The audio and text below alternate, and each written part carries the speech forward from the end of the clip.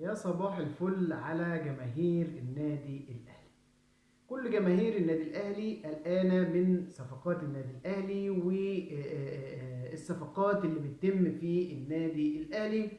خلي بالك، هقول لك محور صفقات النادي الأهلي بيدور في شقين. مستر كولر علشان ما نلفش وندور هو اللي مختار الصفقات، هو اللي عايزها بعينها، يعني محدش فارض عليه صفقات. خلي بالك، في تغيير في خريطة صفقات النادي الأهلي الأجنبية. كل اللعيبة الأجانب هيبقى فيها تغيير، لأن مستر كولر شايف إن حتة المنافسة بقت أعلى في كأس العالم للأندية، في دوري أبطال أفريقيا. عايز يجدد الدوافع، عايز يعلي من القيمة الفنية للعيبة الأجانب، واللي بتضيف أكتر للفريق ككل. خلينا نتكلم إن مجلس إدارة النادي الأهلي مش هيقدر يرفض كده أو يفلفظ كده بالبلدي من مستر كولر، لأن مستر كولر لما قعد مع الكابتن محمود الخطيب قال له أنا عايز واحد اتنين تلاتة، وحدد لي الصفقات دي هتيجي امتى وهتخلص امتى، علشان انا محتاج الصفقات دي، والا هيبقى فيه كلام تاني، هيبقى فيه شغل تاني. الكابتن محمود الخطيب، وشفنا على طول يعني اول صفقة كانت يحيى عطية الله الباك الشمال المغربي.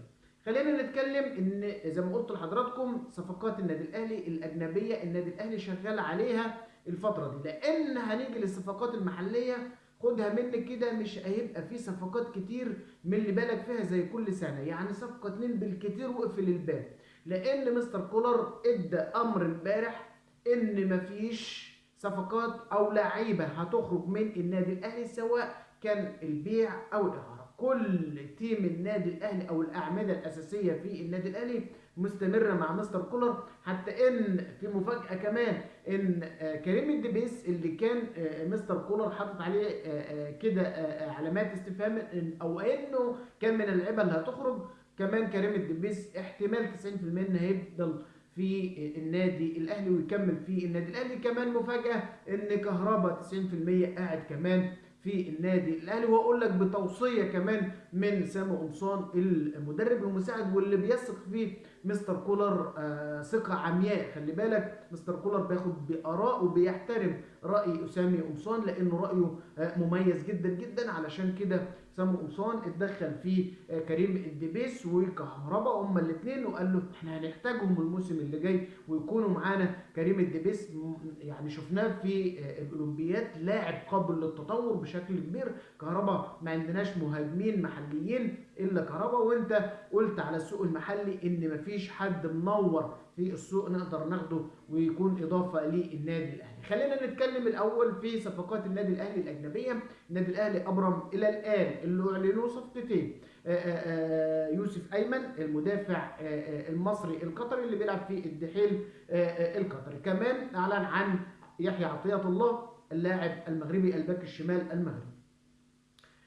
الصفقة اللي هتتم النهارده هقول لك عليها: أشرف داري. النهارده إن شاء الله بإذن الله النادي الأهلي 90% هيعلن عن الصفقة، لأن اللاعب تقريبا كده هيكون وصل للقاهرة وأجرى الكشف الطبي، والنادي الأهلي هيعلن على الصفقة مساء بإذن الله على أقصى تقدير، ويكون اللاعب في النادي الأهلي رسميا. أشرف داري اللاعب المغربي الدولي اللي جاي من الدوري الفرنسي، اللي ان شاء الله هيكون تعويض لمحمد عبد المنعم اللي سافر بالامس لفرنسا واجرى الكشف الطبي بنجاح، وهيعلن النادي الفرنسي عن صفقه محمد عبد المنعم.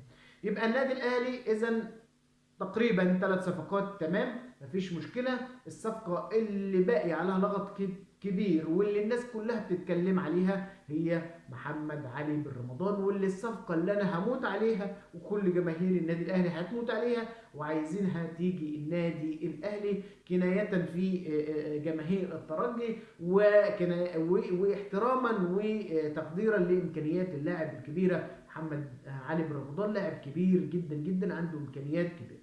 الصفقه مش هقول لك واقفه على فلوس او واقفه على تفاصيل ولا واقفه على حاجه، الصفقه يعني خلصانه خلصانه. فاضل بس عندنا مشكلتين: بيرسيتاو واحمد قندوسي، واحد منهم يطلع الدنيا هتحلو والنادي الاهلي هيتعاقد مع محمد علي بن رمضان. كمان المهاجم، النادي الاهلي بيحاول يقنع مستر كولر ان يجيب مهاجم فلسطيني، لكن مستر كولر راكب دماغه وان هو عايز مهاجم اجنبي. اذا بيرسي يخلص، احمد قندوسي يخلص، الصفقه بتاعت محمد علي بن رمضان النادي الاهلي هيعلن عنها ويخلصها بصفه رسميه. كمان احمد قندوسي اللي لسه لحد الان برضه في مشكله بالنسبه له، سيراميكا عايزاه، زد عايزاه، لكن احمد القندوسي لسه بينور مع النادي الاهلي.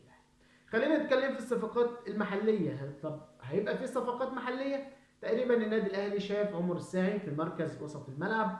يعني تقريبا النادي الاهلي خلص معاه كل حاجه. النادي الاهلي الاسماعيلي بيحاول ياخد اعلى او اكتر فلوس من النادي الاهلي، لكن اللاعب في مباراه الامس كده في تصريحات ان هو لمح ان هو خلاص بيخلص في النادي الاهلي. طب في حد تاني النادي الاهلي مرشح لمستر كولر جناح ومرشح له مدافع على امل ان هو يختار منهم في الصفقات اللي جايه.